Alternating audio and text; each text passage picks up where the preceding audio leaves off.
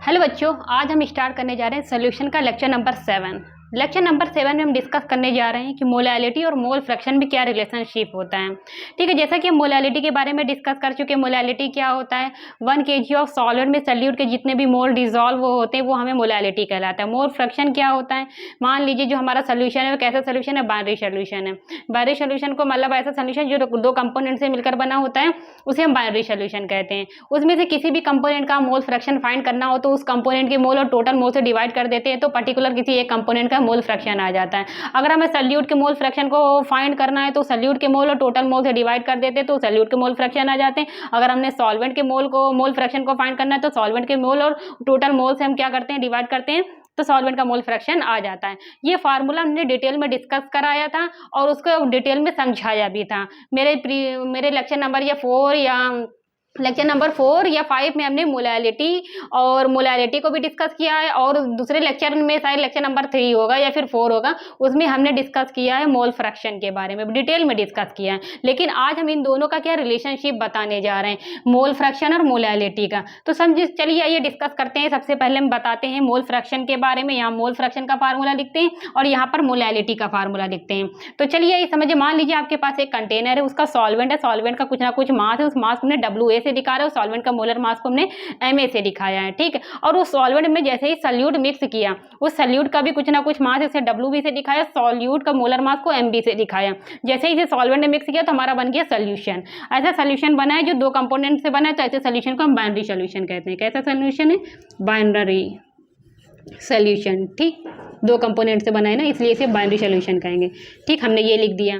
तो अब आप ही बताइए, क्या बताइए? मोल फ्रैक्शन, हमें सॉल्यूट का मोल फ्रैक्शन फाइंड करना है तो क्या लिखेंगे? यहाँ पर लिखिए mole fraction of solute. Mole fraction of solute. ठीक, इसे हम किससे दिखा रहे हैं? काई सॉल्यूट है तो B से दिखाएंगे। ठीक है, तो यहाँ पर क्या करते हैं, इसका फार्मूला क्या होता है? सॉल्यूट के मोल को लिखेंगे और टोटल मोल।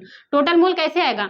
मान लीजिए हमारे जो सोल्यूशन बना है उस सोल्यूशन में किसके मोल है? सॉल्यूट के मोल भी है, सॉल्वेंट के मोल भी है। ये क्या होता है? टोटल मोल होता है। टोटल मोल कहें या फिर आप सोल्यूशन के मोल कहें, बात एक ही है। इन दोनों मोल, सॉल्यूट और सॉल्वेंट के मोल को अगर हम ऐड कर देते हैं तो वो सोल्यूशन के मोल हमें फाइंड हो जाता है। उसे आप क्या कह सकते हैं? सोल्यूशन का मोल कहिए या फिर टोटल मोल कहिए, बात एक ही है। तो हम टोटल मोल क्या आएगा? सॉल्यूट के मोल प्लस सॉल्वेंट के मोल प्लस सॉल्यूट के मोल, दोनों को हमने क्या कर दिया? ऐड कर दिया। तो ये हमारा क्या आया था? टोटल मोल आ गया। तो अब हमें मोल फ्रैक्शन बताना है सॉल्वेंट का। मोल फ्रैक्शन ऑफ सॉल्वेंट किसका बताना है? सॉल्वेंट का बताना है। चलिए आइए इसे भी देख लेते हैं। इसे हम क्या करते हैं? काई से दिखाते हैं। ठीक है, ये इसके हम मोल फ्रैक्शन के लिए क्या करते हैं?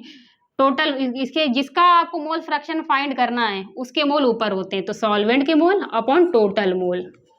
ये हो गया सॉल्वेंट का मोल फ्रैक्शन। ठीक है, ये अब इस सॉल्यूट और सॉल्वेंट के मोल फ्रैक्शन का जरा आप रेशियो निकाल के देखिए। देखिए क्या आता है, रेशियो निकालते हैं। ठीक है, हमने यहीं पे निकालते हैं, दोनों का रेशियो निकालते हैं। सॉल्यूट का मोल फ्रैक्शन है, यहाँ पर ये सॉल्वेंट का मोल फ्रैक्शन है। इनका रेशियो किया, पहले तो सॉल्यूट का मोल फ्रैक्शन की वैल्यू हमने रख दी यहाँ पर, NB लिखा, यहाँ पर टोटल मोल, ये देखिए ये लिख दी। अब हमें क्या करना है? अपॉन कर नीचे लिखना है सॉल्यूट सॉल्वेंट का मोल अपॉन ये क्या है? Total mole. मतलब इसकी पूरी वैल्यू रखनी है। वो क्या है? वो ये है। तो अपॉन में यहाँ पर नीचे स्पेस तो है नहीं मेरे पास, तो हम क्या बता दे रहे हैं, आप लोग समझ जाइए। अपॉन में अगर हम क्या करेंगे? मोल फ्रैक्शन ऑफ सॉल्वेंट की वैल्यू अपॉन में रखेंगे तो जब ये ऊपर आएगा तो क्या होता है? पलट जाता है। ये देखिए, ये पूरी वैल्यू को हमने क्या करा? अपॉन लिखा और नीचे लिखा। जैसे हमने नीचे लिखा तो जब ये ऊपर आएगी तो वो वैल्यू क्या करेगी? पलट जाएगी। ये वैल्यू क्या करेगी? पलट जाएगी। तो हम पहले से ही लिख दे रहे हैं। ठीक है, टोटल मोल अपॉन सॉल्वेंट के मोल। ये देखिए ये वैल्यू क्या हो गई? कैंसिल हो गई। बचा क्या? सॉल्यूट के मोल अपॉन सॉल्वेंट के मोल। आपने देखा मोल फ्रैक्शन का जो रेशियो भी इक्वल आया है। मोल फ्रैक्शन का जो रेशियो है वो क्या हुआ? मोल फ्रैक्शन सॉल्यूट है, मोल फ्रैक्शन और सॉल्वेंट का जो रेशियो ये क्या है? सॉल्यूट के मोल और सॉल्वेंट के मोल के रेशियो की इक्वल है। इसे हम यहाँ पर लिख लेते हैं। ये होता है सॉल्यूट का मोल फ्रैक्शन, ये होता है सॉल्वेंट का मोल फ्रैक्शन का जो रेशियो है वो सॉल्यूट के मोल और सॉल्वेंट के मोल के रेशियो के क्या है? इक्वल है। ये जो हमने जो फार्मूला आपको बताया, ये फार्मूला बहुत ही इंपॉर्टेंट फार्मूला है। क्या है? बहुत ही इंपॉर्टेंट फार्मूला है। ये फार्मूले को अपने माइंड में बहुत ही अच्छी तरह से स्टोर कर लीजिए कि मोल फ्रैक्शन सॉल्यूट का और मोल फ्रैक्शन ऑफ सॉल्वेंट का जो रेशियो होता है, किसका रेशियो, सॉल्यूट और सॉल्वेंट के मोल फ्रैक्शन का जो रेशियो होता है वो सॉल्यूट और सॉल्वेंट के मोल के रेशियो के इक्वल होता है। ये बहुत ही इंपॉर्टेंट रिलेशनशिप है, इसको याद रखिए। ठीक है, अब हम डिस्कस करते हैं मोलैलिटी के बारे में। मोलैलिटी का फार्मूला हमने क्या बताया था, मोलैलिटी क्या होता है, 1 kg ऑफ सॉल्वेंट में सॉल्यूट के जितने भी मोल प्रेजेंट होते हैं वो हमारा मोलैलिटी कहलाता है। ठीक है, इसका फार्मूला हमें बताया था। अगर मान लीजिए सॉल्वेंट का मास कितना दिया हो, केजी में दिया हो, ये सबसे पहले इसमें क्या लिखते हैं, सॉल्यूट के मोल लिखते हैं, नीचे क्या लिखते हैं, सॉल्वेंट का मास लिखते हैं, वो भी किसमें, इन केजी में। ठीक है, इन केजी में। अब मान लीजिए सॉल्वेंट का मास केजी में ना दिया हो, केजी में ना दिया हो मतलब ग्राम में दिया हो, तो चलिए आइए वो भी लिख लीजिए। मान लीजिए जो है यहाँ पर लिखा सॉल्यूट के मोल, यहाँ पर लिखे सॉल्वेंट का मास, वो भी किसमें, ग्राम में है। किसमें ये है, ग्राम में है। तो आप बताइए जब ग्राम में है तो हमें इसमें क्या करना है, इसे केजी में कन्वर्ट करना होगा। केजी में कन्वर्ट करने के लिए हम क्या करेंगे, 1000 से डिवाइड करेंगे, जो कि अब क्या करेंगे, जब इसे 1000 से डिवाइड करेंगे जो कि ऊपर जाकर मल्टीप्लाई में कन्वर्ट हो जाएगा। यहाँ से हमने 1000 से क्या किया, डिवाइड किया, जो ऊपर जाकर मल्टीप्लाई में कन्वर्ट हो जाएगा। सॉल्यूट के मोल, यहाँ पर सॉल्वेंट का मास है, वो भी किसमें है, ग्राम में है, ये ऊपर चला जाएगा 1000। ठीक, ये हो गया फार्मूला, मोलैलिटी का फार्मूला हमने बताया था। ठीक है, ये किसका फार्मूला बताया था, मोलैलिटी का फार्मूला बताया था। अभी हमें आगे और समझाना, लेकिन यहाँ पर स्पेस नहीं है। ठीक है, हम यहाँ पर क्या करने जा रहे हैं, यहाँ पर हम ये ऊपर का रफ करने जा रहे हैं। ऊपर का क्या करने जा रहे हैं, रफ करने जा रहे हैं। आपको नोट करना है तो नोट कर लिए, हमें रफ करना है, हमें बोर्ड पर स्पेस चाहिए। बच्चों हमने देखिए रफ कर दिया है ऊपर का, ये देखिए हमने यहाँ पर लिखा क्या है, मोलैलिटी का फार्मूला लिख दिया है। ठीक है, जो कि हमने बहुत ही अपने जो लेक्चर नंबर 4 या 5 में डिटेल में मोलैलिटी के बारे में डिस्कस किया था। तो आप यहाँ पर देखिए ये क्या है, मास ऑफ सॉल्वेंट है, यहाँ पे ये क्या है, मास ऑफ सॉल्वेंट है। तो अगर आप मान लीजिए, अगर हम आपसे पूछते हैं सॉल्वेंट के मोल बताइए, तो सॉल्वेंट के मोल कैसे निकाला जाता है, ये सॉल्वेंट के मोल निकालना है। सॉल्वेंट के मोल को निकालने के लिए क्या करते हैं, सॉल्वेंट का जितना भी मास गिवन होता है डब्ल्यू वे, और उसके मोलर मास से हम क्या करते हैं, डिवाइड कर देते हैं। ये हमारा क्या आता है, सॉल्वेंट का क्या आ गया, मोल आ गया, सॉल्वेंट के मोल आ गए। ठीक, अगर हम उसके क्या करते हैं, given mass upon molar mass से डिवाइड कर देते हैं तो हमारा सॉल्वेंट के मोल आ गए। अगर हम आपसे सॉल्यूट के मोल पूछे तो कैसे फाइंड करेंगे, सॉल्यूट का जितना भी गिवन मास है डब्ल्यू बी, और उसका मोलर मास से अगर हम डिवाइड कर देते हैं तो ये क्या आता है, सॉल्यूट के मोल आ जाते हैं। आ जाते हैं कि नहीं आ जाते, आ जाते हैं। तो चलिए आइए इस फार्मूले को थोड़ा सा और समझ लेते हैं। यहाँ पर मोलैलिटी लिखा हमने, यहाँ पर क्या लिखा है, सॉल्यूट के मोल लिखा है। अब ये देखिए यहाँ पर ये क्या, मास ऑफ सॉल्वेंट लिखा है। मास ऑफ सॉल्वेंट में हम क्या कर सकते हैं, आप ही देखिए, हम इसका क्या करते हैं, मोलर मास से, सॉल्वेंट के मोलर मास से डिवाइड भी कर देते हैं और मल्टीप्लाई भी कर देते हैं। हमने क्या किया, डिवाइड भी किया, मल्टीप्लाई, मतलब इसे आप कैंसिल कर देंगे, कोई फर्क नहीं पड़ेगा। देखिए हमने मोलर सॉल्वेंट के मोलर मास से डिवाइड भी किया है और मल्टीप्लाई भी किया है। तो आप इसकी जगह बताइए क्या लिख सकते हैं, सॉल्वेंट का मोल लिख सकते हैं कि नहीं लिख सकते हैं। सॉल्वेंट का देखिए, जो हमने क्या, सॉल्वेंट का मोल कैसे फाइंड करते हैं, given mass upon molar mass solvent के, तो ये क्या था, सॉल्वेंट का मोल आ गया। तो ये देखिए यहाँ भी क्या लिखा है, सॉल्वेंट का given mass by molar mass, यहाँ पर सॉल्वेंट का क्या मोल लिख सकते हैं कि नहीं लिख सकते, लिख सकते हैं। चलिए आइए ऊपर लिखते हैं। तो हमने यहाँ पर लिखा, यहाँ पर हमने क्या, सॉल्यूट के मोल है। ठीक है, वो नीचे क्या है, गिवन, ये देखिए। अब इसकी जगह हम क्या था, सॉल्वेंट के मोल लिख सकते हैं। ये देखिए हमने ये भी लिख दिया। और क्या है, नीचे क्या है, ये क्या है, मोलर मास ऑफ सॉल्वेंट, और ऊपर क्या बचा है, ये बचा है 1000। ठीक, ये इतना बचा। ये तो आप अच्छी तरह से देख सकते हैं, ये जो फार्मूला बना है, आप देखिए जो सॉल्यूट है, जो सॉल्यूट है, जो सॉल्वेंट का मोल है, इन जो मोल का जो रेशियो को हम इसके इक्वल कर सकते हैं कि नहीं कर सकते, कर सकते हैं। आइए लिख लेते हैं।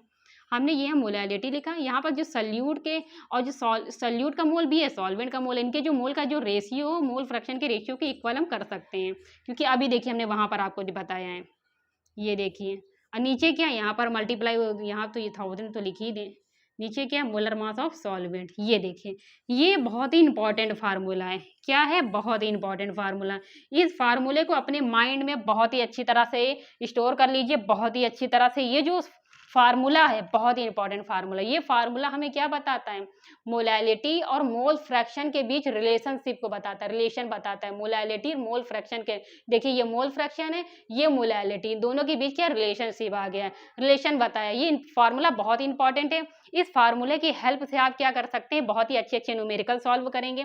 अगर आपको ये जो रिलेशन नहीं आता है तो फार्मूले को समझने में तो आपको कोई दिक्कत नहीं होगी, कोई भी दिक्कत फार्मूले को समझने में नहीं होगी आपको। फार्मूला बहुत ही सिंपल फार्मूला है, हमने फार्मूले को डिटेल में समझा दिया है, यहाँ पर हमने प्रूफ करा दिया है, मोलैलिटी और मोल फ्रैक्शन में क्या रिलेशन होता है ये हमने डिटेल में डिस्कस किया। इसे आप लिखना चाहें तो लिख सकते हैं, लेकिन अगर आप डायरेक्ट ये भी याद कर लें तो अच्छी बात है। याद करने को क्यों कह रहे हैं, क्योंकि हम पूरी तरह समझा चुके हैं। ये बहुत ही इंपॉर्टेंट फार्मूला है। अब इस फार्मूले से रिलेटेड जितने भी न्यूमेरिकल आए उस न्यूमेरिकल को हम लेक्चर नंबर 8 में डिस्कस करेंगे, ठीक है। लेक्चर नंबर 8 में हम न्यूमेरिकल स्टार्ट कर देंगे।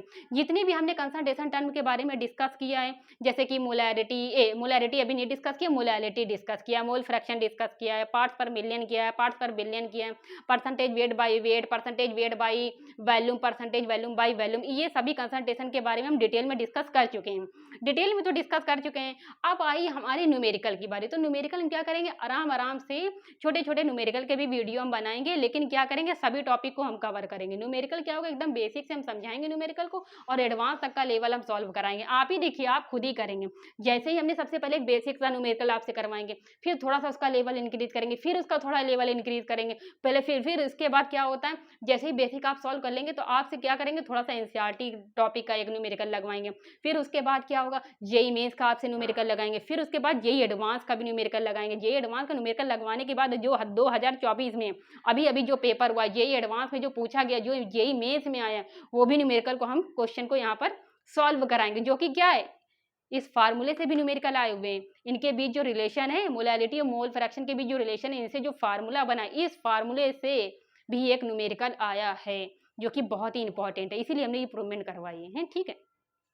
आपको नोट करना है तो नोट कर लीजिए, हमने एक्सप्लेन कर दिया है, क्योंकि हम अपना वीडियो क्या करने जा रहे हैं, कंक्लूड करने जा रहे हैं। आपको नोट करना चाहे नोट कर लीजिए।